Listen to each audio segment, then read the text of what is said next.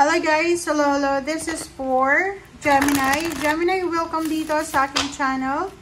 Kapalaran 888 Gemini. So, let's check your energy, your vibration para sa eclipses. September 7 to 8, lunar eclipse, and September 21, that's solar eclipse. Okay, Gemini.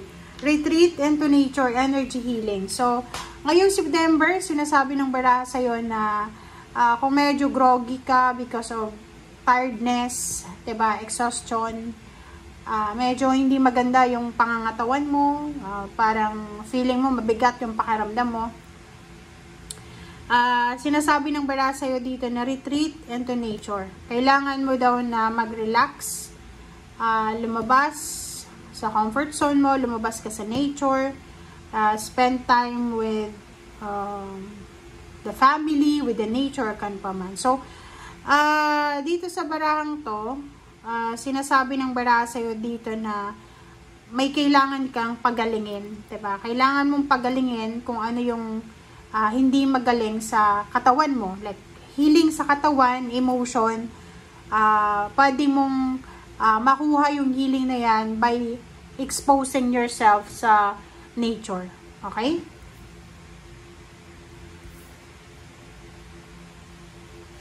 Okay, so let's check.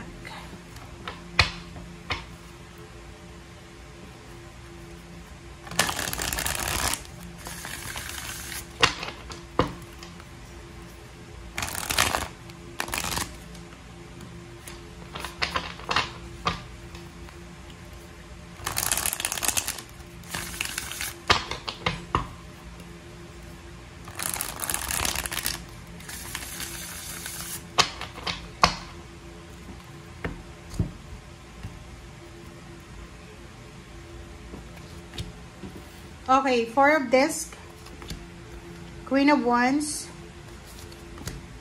3 of Wands, and the Wheel of Fortune. And sa ilalim mo dito is 9 of discs and Strength card, 9 of Wands. So, sinasabi sa'yo dito, Gemini, ng barahan na sobra-sobra yung confidence mo. Sobra-sobra yung yung strength and confidence dito. About finances Parang nakikita ko sa'yo dito, merong mga Gemini na sobra-sobra yung motivation nyo para sa pagtatagumpay. Parang ganun. Motivated, confident, determinado ka sa kung ano man na plano mo. Okay. Dito sa 4 of this, sinasabi ng baraha sa'yo na this is about saving money. Okay? Being wise, parang ganon. So, yung mga Gemini dito, nakikita ko sa inyo, kung lalo yung may mga trabaho, sobra-sobra yung pag-iipon nyo. Especially this September. Pwedeng ngayon yung parang, ito na yung month na stepping stone, papunta doon sa prosperity, abundance, and stability. Finances siya ha. Nakikita ko na itong buwan ng September ay ito na yung buwan na pwede ka nang makapagsimula na makapag-ipon. Pwede ka nang tawag dito. Yun talaga, makapag-ipon para makuha ko ano yung mga wini-wish mo na gawin sa perang pag-iiponan mo. Okay? Kung ano man tong matagal mo nang hinihintay, posibleng ito na yung most awaited moment. Okay?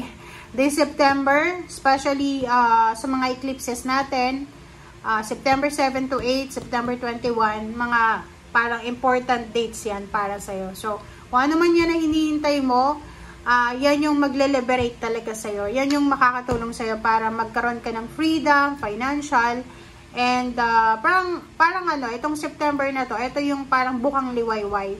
'Di ba? Magto-turn ka ng page or parang nagbabasa ka ng libro So, yung September 21, September 7 to 8, parang siya yung magbubukas ka ng another page. 'Di ba? There's a Wheel of Fortune, so maraming magbabago, maraming kailangan magbago or talagang magbabago na hindi mo inaasahan. Okay.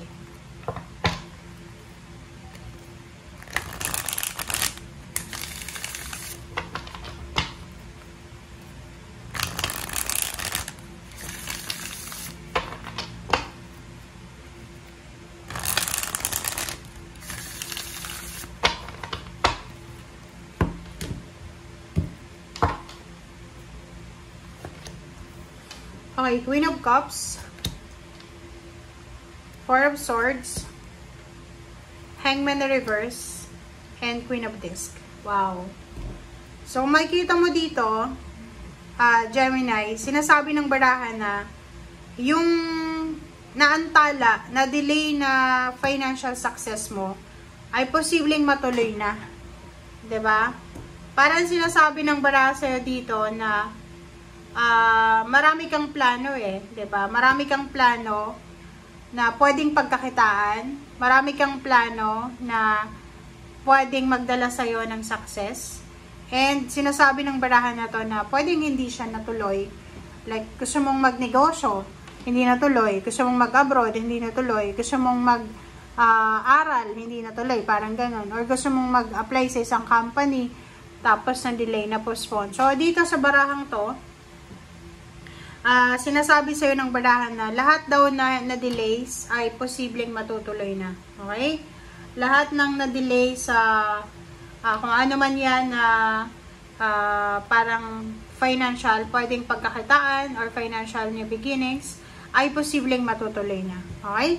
And Queen of Cups, Four of Swords, sinasabi ng baraha, maybe this is about the emotion. Diba? Emotion. Pwedeng may mga kaaway ka, meron kang kaalitan, and sinasabi ng baraha sa'yo dito na pwedeng magkaroon na ng peace and harmony, reconciliation. So, yung mga yung mga emotion nyo, emotional burdens, emotional problems, posibleng masettle na siya. Okay, maayos na siya.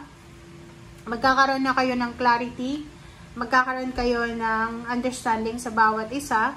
And kung makikita mo yung Queen of Cups tsaka Four of Swords, sinasabi ng baraha sa'yo dito na possible na water sign, Pisces, Scorpion, Cancer, yung taong ito, pwedeng kagalit mo siya, kaaway mo siya, may resentments ka, meron kang grudges, sinasabi na posibleng maayos na siya. Pwedeng magkaayos kayo, pwedeng magkaroon ng understanding, yung peace and harmony. Okay?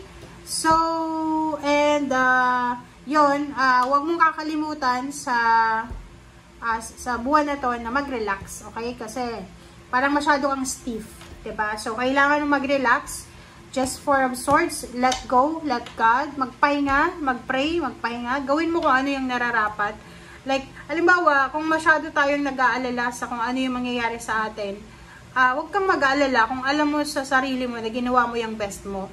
Kung ginawa mo yung best mo, let go mo na siya. Kasi ginawa mo na eh, wala ka ng control sa kung ano man na parang outcome. 'Di ba? So, yun guys ang sinasabi ng baraha. Thank you for watching. Bye!